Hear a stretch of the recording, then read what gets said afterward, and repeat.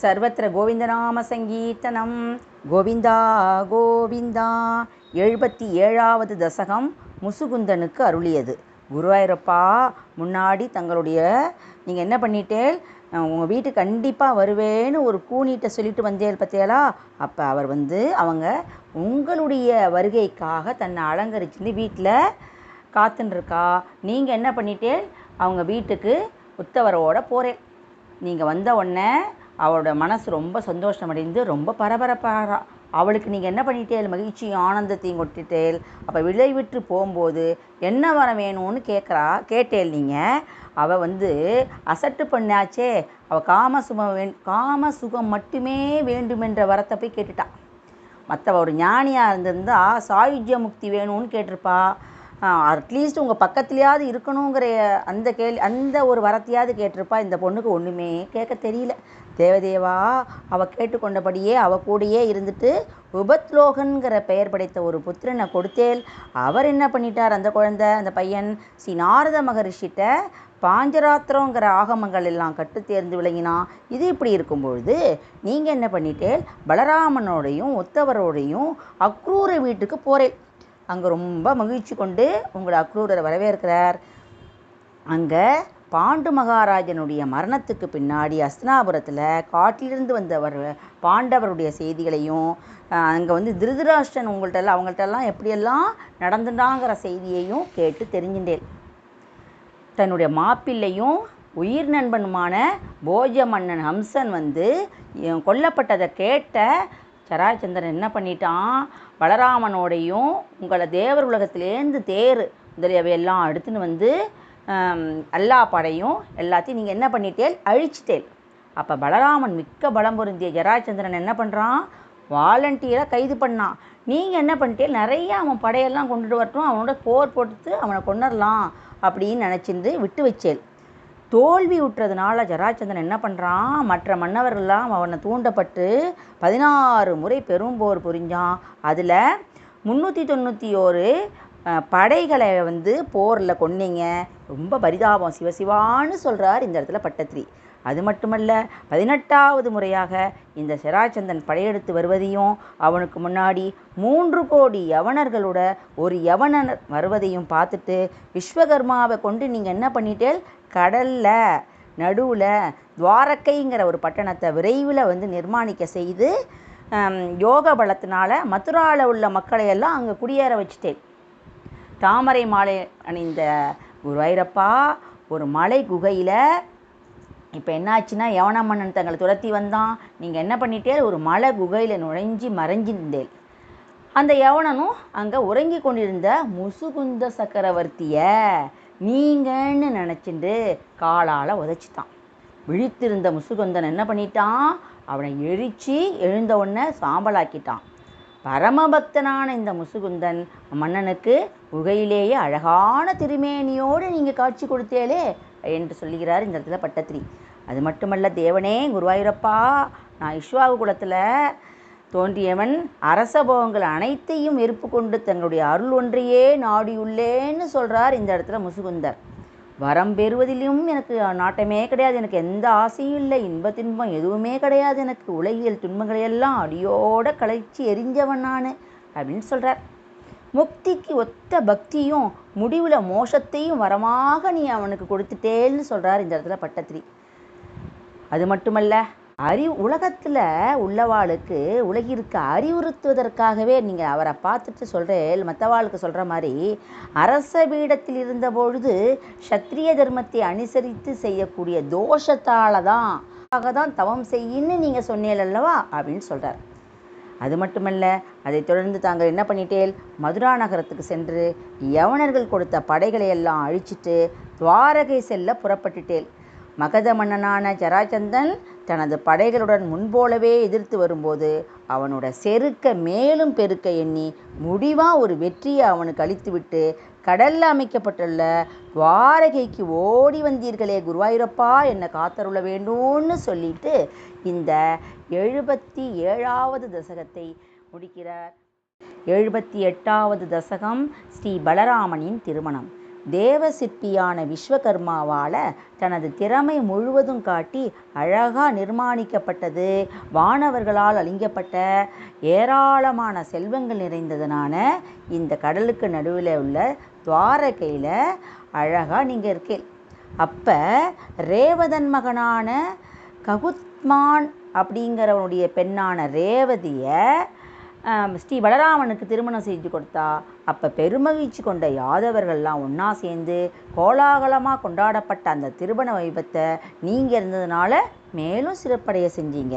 தேவதேவனே, விதர்ப்ப மன்னனான பீஷ்மக மகாராஜ மன்னனான ருக்மிணியோடைய என்ன பண்ணியிருக்கா, உங்கள் மேலே காதல் வயப்பட்டாச்சு. அவளோட அண்ணன் என்ன பண்ணிட்டான், ருக்மி தன்னுடைய தமோ குணத்தினால தீயோனான சிசுபாலனோடு நட்பு கொண்டு அந்த சிசுபாலனுக்கு தங்கையை யாருக்கும் தெரியாமல் கல்யாணம் பண்ணுறதுக்கு முடிவு பண்ணிட்டான். ரொம்ப நாளாகவே உங்கள் மேலே அன்பு கொண்டிருந்த ருக்மிணி என்ன பண்ணிட்டா, அவளுடைய காதலுக்கு இடையூறு வர்றதை பார்த்துட்டு ரொம்ப கலங்குறா. அப்போ என்ன பண்ணிட்டா, ஒரு பிராமணனை உங்கள்கிட்ட தூது அனுப்புகிறா.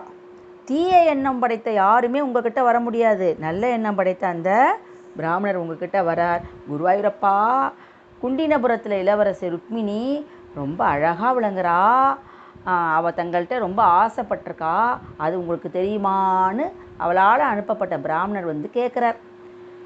அப்போ சொல்கிறார், உலகினருக்கு ஒப்பற்ற நாயகனே, உங்களுடைய குணத்தால் முன்னாடியே நான் கவரப்பட்டிருக்கேன். ருக்மிணி சொல்லி விட்றா அதெல்லாம் பிராமணாள்கிட்ட. அவள்கிட்ட நான் இப்பொழுது ஒரு செய்தி, மன்னன் சிசுபாலன் நாளை சுயவரத்தில் என்னை தூக்கின்னு போய் கல்யாணம் பண்ணிக்க போகிறான். கருணை கடலே, நீங்கள் தான் என்னை காத்தருள வேணும்னு சொல்லி அனுப்பியிருக்கா. அந்த செய்தியை இந்த பிராமணர் அப்படியே உங்கள்கிட்ட சொன்னார் அல்லவா அப்படின்னு சொல்கிறார். நான் போகிறதுக்கு ஒரு இடமுமே இல்லை. ருக்மிணி சொல்கிறா, புகழொன்று இல்லா அடியவளை நீங்கள் கைவிட்டு விடுவீர்களேயானால் நான் என் உயிரையே மாய்த்து கொள்வேன் அப்படின்னு சொல்கிறா. அந்த ருக்மிணி கூறியதை என்ன பண்ணுறா, இந்த பிராமணர் சொன்னதை கேட்ட உடனே அப்படியே ஒரு மாதிரி ஆயிடுத்து உங்களுக்கு. தாங்கள் அந்த அந்தனர்கிட்ட சொல்கிறார், தோழரே, என்னுடைய காதல் வேட்கை அவளை துன்பத்தை கொடுத்ததுன்னா ரொம்ப அதிகமாக இருக்குது.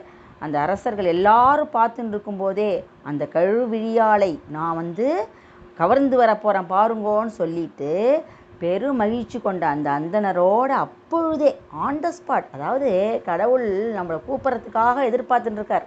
கூப்பிட்ட உடனே வர்றதுக்கு அவர் ரெடியாக இருக்கார்.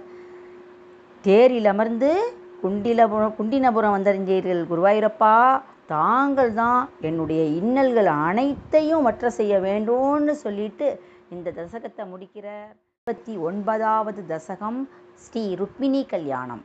குருவாயூரப்பா, அதாவது குண்டினபுரம் செல்வதை பார்த்த உடனே பலராமன் என்ன பண்ணிட்டார், பெருத்த சேனைகளோட உங்களோட அவர் வந்துட்டார். குண்டினபுரம் அந்த வந்தோடனே பீஷ்மக மகாராஜா என்ன பண்ணிட்டார், உங்களை வரவேற்று உபசரிக்கிறார். அந்த அந்தனரை பெருமகிழ்ச்சி எய்திய ருக்மிணி என்ன பண்ணுறா, அப்படியே அங்கே வணங்குறா. அதை தவிர வேறு என்ன பண்ண முடியும் அவளால்? உலகம் அனைத்தையும் மயங்க செய்யக்கூடிய அழகு படைத்த தங்களுடைய திருமேனியை பார்த்த உடனே நகரத்து மக்கள்லாம் இளவரசனான ருக்மியினுடைய செயலை பார்த்து ரொம்ப வருத்தப்படுறா, புலம்புறா. அப்படியே புலம்பியே ராத்திரி பேசியே அன்றைக்கி பொழுது போயிடுது. பேசுகிறது அவா நிறுத்தலை. அதாவது அன்றைக்கி ராத்திரி யாரும் தூங்கலைங்கிறத பட்டத்திரி அழகாக சொல்கிறார் இந்த இடத்துல. பொழுது விடிஞ்ச உடனே தங்கள்கிட்ட உயிரையே வச்சிருக்கிற நிலவை போன்ற முகம் படைத்த இந்த ருக்மிணி திருமணத்துக்காக எல்லா வரோம் அந்த மண்டபத்துக்கு போகிறதுக்கு முன்னாடி எல்லா அணிகலனுமே அணிஞ்சுட்டு பார்வதி பிராட்டியை வணங்கிறதுக்காக அந்த ஸ்ரீதேவியோட ஆலயத்துக்கு அங்கே போகிறா. அந்த சுற்றி 4 விதமான படைகளும் அங்கே இருக்குது. இருந்தாலும் அங்கே போயின்னு இருக்கிற நேரத்தில் பார்வதி தேவியோட ஆலயத்துக்கு ரொம்ப பக்தியோட ஸ்ரத்தையோடு அங்கே போயிட்டு அவள் பார்வதி தேவிகிட்ட வேண்டிக்கிறா. நீங்கள் தான் அவளுக்கு மணாளனாக வரணும்னு வேண்டிக்கிறா. நமஸ்காரம் பண்ணிட்டு வரும்பொழுது ஸ்ரீ ருக்மிணியை காண துடிக்கக்கூடிய அரச கூட்டங்கள் என்ன பண்ணுறது, ஆவலோட காத்துன்னு இருக்கிற அந்த நேரத்தில் நீங்கள் காலத்தை பார்த்துட்டு தனியாக நிற்கிறேள். அந்த அரச குமாரியோ அப்படியே என்ன பண்ணுறா, யார் இங்கே ருக்மிணி அவள் நடந்து வரும்போது அந்த 4 இடமுமே 4 புறமும் அப்படியே ஜொலிக்கிறதான்.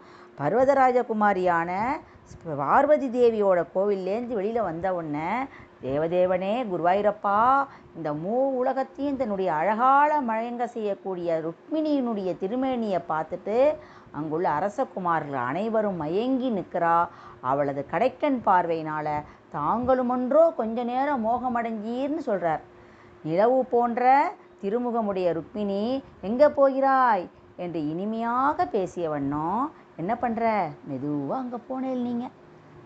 அப்போ அவள் அருகில் மெதுவாக போய் அவள் கையை பற்றி தூக்கி ஒரு செகண்ட் தன்னோட தேரில் ஏற்றிட்டு அப்படியே செல்ல தொடங்கிட்டீங்க. அப்பொழுது பகையரசெல்லாம் என்ன பண்ணுறா, அப்படியே கூக்குரல் கத்துறா. அந்த பாரில் உலகம் முழுவதும் அப்படியே பரவிடுதுன்னா பார்த்துக்கோங்களேன். அந்த இடையன் எங்கே போனான் அப்படின்னு கோபத்தோட போர் புரிய முறிந்த பகையரசர்கள் யாதவர்கள் வந்து வெல்றாங்க. பல நாயெல்லாம் ஒன்றா சேர்ந்தால் ஒரு சிங்கத்தை முடிக்குமா, அசைக்க முடியுமா? அது மாதிரி பல நாய்கள் போல அவர்கள் ஒரு சிங்கமாகி உங்களை ஒன்றுமே பண்ண முடியலன்னு சொல்லி முடிக்கிறார். அது பின்னாடி எதிர்த்து வந்த ருக்மியை கொல்ல மனசு இல்லாமல் தலைமுடியையும் மீசையும் மட்டும் அழிச்சிட்டு அவனை அப்படியே தேர்லையே கட்டினீங்க.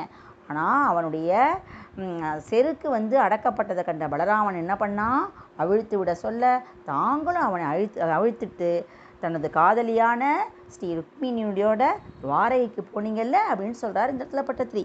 அது மட்டும் இல்லை, ஜெகநாதனே புதிய சேர்க்கை 2 பேர் இப்போ கல்யாணம் ஆகிடுது. வெட்கமடைந்து மனசு அப்படியே போரிப்புனால புன்சிரிப்புனால 2 பேரும் நீங்கள் சந்தோஷமாக தனிமையில் இருக்க. அப்படிப்பட்ட நீங்கள் இரவு பகல் பாழாமல் பல நாள் பேச்சு சிரிப்போட மகிழ்ச்சியாக இருந்தீங்க. ஒரு நாள் சூதறியாத நல்மணம் படைத்த அந்த ருக்மிணியோடைய கபடமான பேச்சினால் அப்படியே கலங்கியே போயிட்டே நீங்கள். முகுந்தனே, அன்பு மொழிகளால் காதலியான அந்த ருக்மிணியை முன்னிலையும் அதிகமாக இப்போ ரொம்ப சந்தோஷப்படுத்துகிறேன். தங்களது திருவிளையாடல்களை பற்றியே பேசி தெரியக்கூடிய என்னுடைய நோய்களையும் போய்க்கருளணும்னு சொல்லிட்டு இந்த 79வது தசகத்தை முடிக்கிறார். கோவிந்த நாம சங்கீர்த்தனம். கோவிந்தா கோவிந்தா.